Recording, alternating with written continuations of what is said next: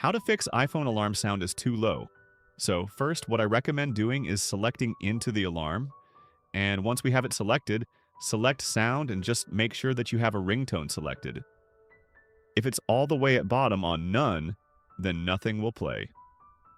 So I recommend selecting something, and then when you save that, then there'll be a ringtone that actually plays. Now, if you've done that, the next thing we can do is open up the settings on our iPhone. Scroll down to the third section and select Sound and Haptics. Now, what we want to check is ringtone and alerts. This is the volume that controls the volume of our alarm. As you can see, if I press the buttons on the side of my phone, it does not match up with the ringtone and alerts because this is controlled differently. So you want to make sure that this is loud enough, and if you turn it up, it'll give you an example of what that will sound like. And this is probably why your alarm is not set correctly, so turn that up and that will probably fix the issue.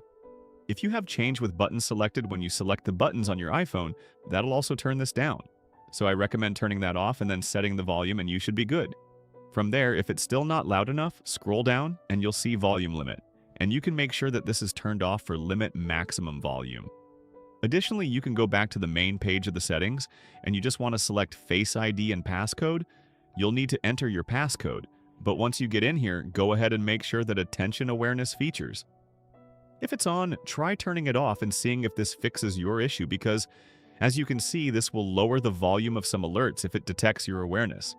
So try turning that off, see if it fixes the issue, but hopefully by the end of this, the volume for your alarm is louder. If this video helped you out, please like and subscribe for more tips.